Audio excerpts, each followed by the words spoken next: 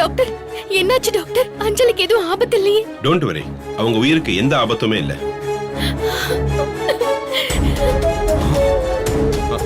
போதுமா? இனிமேல் அது ரிலாக்ஸ்டா இரு. அப்பாடா, இப்பதாங்க எனக்கு உயிரே வந்த மாதிரி இருக்கு. டாக்டர், அவளுக்கு ட்ரீட்மெண்ட் முடிஞ்சிருச்சா? அவளை நாங்க வீட்டுக்கு கூட்டிட்டு போலாமா? அவசரப்படாதீங்க, அவங்க உயிருக்கு தான் ஆபத்து இல்லைன்னு சொன்னேன். ஆனா என்ன டாக்டர், என்ன பிரச்சனை? அவங்க இடுப்புக்கு கீழே பிராக்சர் ஆயிருக்கு. அவங்களால இப்ப எழுந்து நடக்க முடியாது.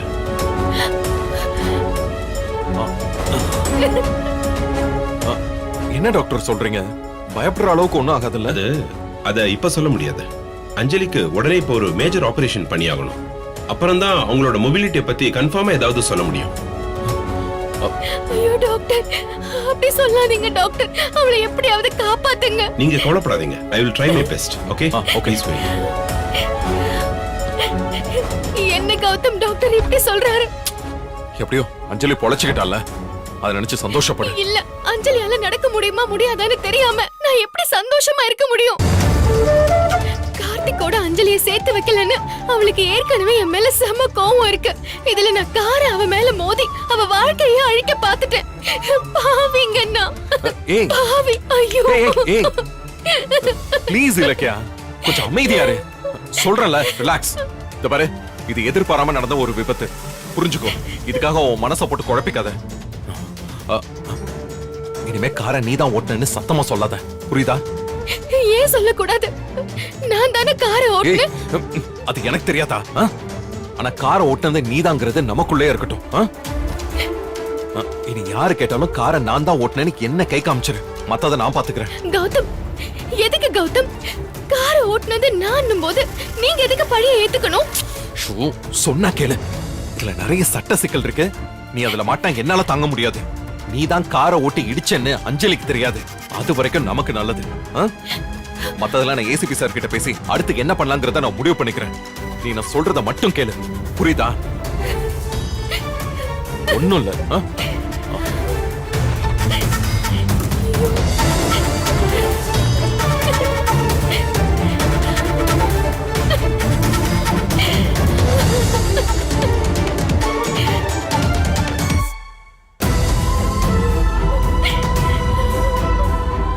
ஹலோ ஹலோ, போலீஸ்ல கொடுத்தா இனிமே காரை எடுக்க முடிய அளவுக்கு பண்றாங்க. எல்லாம் ஒண்ணு இல்லங்க. கார் அடிச்சு நொறுக்கிடலாம்டா. அப்புறம் இவங்களுக்கு இருங்க.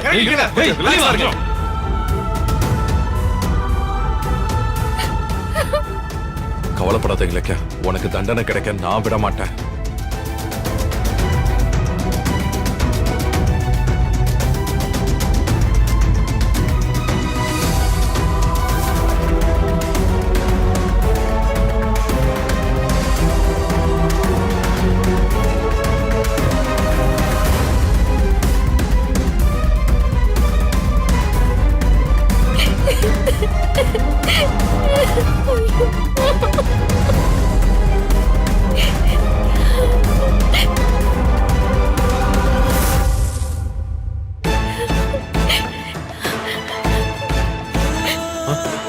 கௌதம், ஆபரேஷன் நல்லபடியா முடிஞ்சிட்டோம்ல? அஞ்சலிக்கு ஒண்ணும் ஆகாதுல்ல? ஏய், உனக்கு எத்தனை முறை சொல்றது? நீ பயப்படாத இலக்கியா. நீ வேணும்னு ஒன்னு ஆக்சிடென்ட் பண்ணலையே. உன் மனசு வேதனை பண்ற மாதிரி எதுவும் நடக்காது. சரியா? புரிஞ்சுக்கோ. ஹலோ சார், நான் ஈவென்ட் மேனேஜ்மெண்டோட மேனேஜர் பேசுறேன் சார்.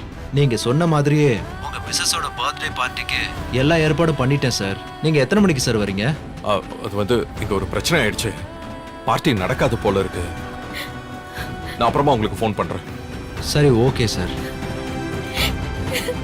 இதுக்கு தான் கௌதம் நான் பர்த்டே பார்ட்டியும் வேண்டாம் காரும் வேண்டாம்னு சொன்னேன். நீங்க கேட்டீங்களா? கடைசியில் இப்ப என்ன ஆச்சுன்னு பாருங்க.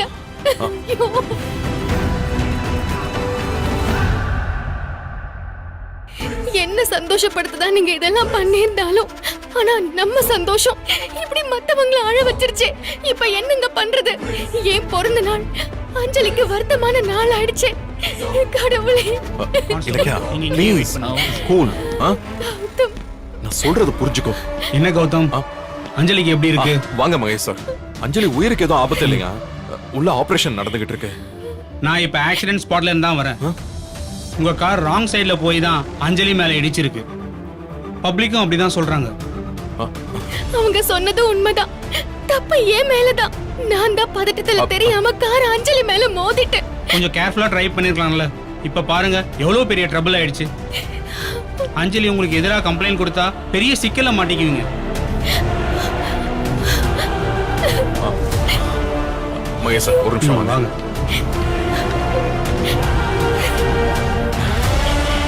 மகேஷ் சார், நீங்க ஒரு ஹெல்ப் பண்ணணும். சொல்லுங்க. என்ன பேசுறீங்க கௌதம்? அது அவ்வளவு ஈஸியான விஷயம் கிடையாது. இலக்கியா அஞ்சலி மேல காரா மோதி ஆக்சிடென்ட் பண்ணத பப்ளிக் பார்த்துருக்காங்க. அது அந்த ஏரியாவில் இருக்கிற சிசிடிவி ஃபுட்டேஜ்ல கூட ரெக்கார்ட் ஆயிருக்கு. சொல்லுடா, என்னாச்சு? சார், நினைச்சதோட சிறப்பா வேலை முடிஞ்சிருச்சு சார். என்னடா சொல்ற? இலக்கியாவோட கார்ல விழுற டிராமாவை அஞ்சலி கரெக்டா பண்ணிட்டாளா? சார், டிராமாலாம் இல்ல சார், நிஜமாவே அஞ்சலி கார் மோதி அடிபட்டுட்டாங்க. என்னது? டேய், எப்படிடா?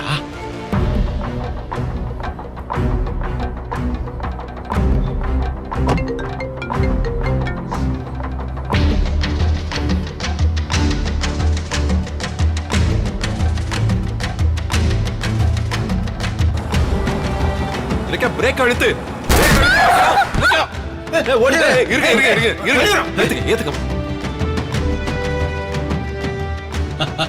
சூப்பர்ரா. அப்ப கௌதமும் இலக்கியாவும் வசமா சிக்கிக்கிட்டாங்க. டேய், அஞ்சலி பழைச்சாலும் அவங்கள சும்மா விட மாட்டா. அவ செத்தாலும் கௌதமும் இலக்கியாவும் ஜெயிலுக்கு போயிடுவாங்க. தப்பிக்கவே முடியாது. நம்ம ஆளுங்களை அனுப்புனது வேஸ்ட் ஆகலடா. டேய், சம்பவத்தை எல்லாரும் பார்த்திருக்காங்கல்ல? ஆமா சார், எல்லாருமே பார்த்தாங்க. அப்ப அவங்க எல்லாரையும் சாட்சி சொல்ல ரெடி பண்ணி வை. எப்ப வேணாலும் தேவைப்படுவாங்க. சரி, ஓகே சார். டேய் கௌதம், என்னையவா அடிக்கிற? இனி அஞ்சலிய வச்சு நான் உன்னை திருப்பி அடிக்கிறேன்டா. காரை விட்டு ஏத்தன கேஸ்ல உன் பொண்டாட்டி இலக்கிய செம்மையா மாட்டிக்க போறான். அந்த கேஸ வச்சே அவளை பிளாக்மெயில் பண்ணி ரேவதிய கண்டுபிடிக்கிறேன். கண்டுபிடிக்கிறேன். அஞ்சலி, அஞ்சலி. Salut à tous, bienvenue sur la chaîne YouTube. Aujourd'hui dans cette vidéo, nous allons parler de Son Goku qui est un personnage de Dragon Ball. En fait, Goku c'est l'un des personnages les plus emblématiques de Dragon Ball Super. Il est un Saiyan, c'est un Super Saiyan quoi, un Saiyan au pouvoir extraordinaire. Dès son enfance, il a montré un potentiel impressionnant, mais c'est grâce à ses entraînements incessants. Il s'entraîne chaque fois et ses combats épiques. Il a atteint des niveaux inégalés. Donc en tant que guerrier, il maîtrise de nombreuses techniques, dont le Kamehameha, le Kaioken, et plus récemment lors de, comment on appelle, le tournoi. Je sais pas, j'ai oublié le nom du tournoi, mais le tournoi organisé par le roi Zeno. Le tournoi organisé par le roi Zeno, il a atteint l'Ultra Instinct. C'est un état de combat où il réagit sans penser, atteignant une vitesse et une puissance incroyables. Son pouvoir est sans cesse multiplié par cette transformation en Super Saiyan, notamment en Super Saiyan God et Super Saiyan Blue, ok, qui lui confère des capacités de combat phénoménales. Goku est également un stratège dans le feu d'action, toujours prêt à repousser ses limites et à défendre l'univers contre les menaces colossales. Mais au-delà de sa force, c'est sa personnalité joyeuse, toujours joyeux, son amour pour les combats et son esprit inébranlable plutôt, qui font de lui un héros aimé de tous. En gros, si vous aimez les animés où c'est juste combat, tournoi, combat, entraînement, tournoi, combat, entraînement, tournoi, combat, plus en tant que tel, Dragon Ball n'a pas vraiment de scénario. Ouais, quand on regarde bien, il n'y a pas vraiment une histoire derrière. C'est juste des combats. Alors, je vous recommande de suivre Dragon Ball. Vous allez kiffer. Donc, si vous avez aimé la vidéo, je vous recommande, je vous demande plutôt de liker, de vous abonner, de partager, de commenter. Et si possible, de laisser un pouce bleu. Bon, j'ai déjà dit ça. Donc, on se retrouve à la prochaine. Allez, ciao.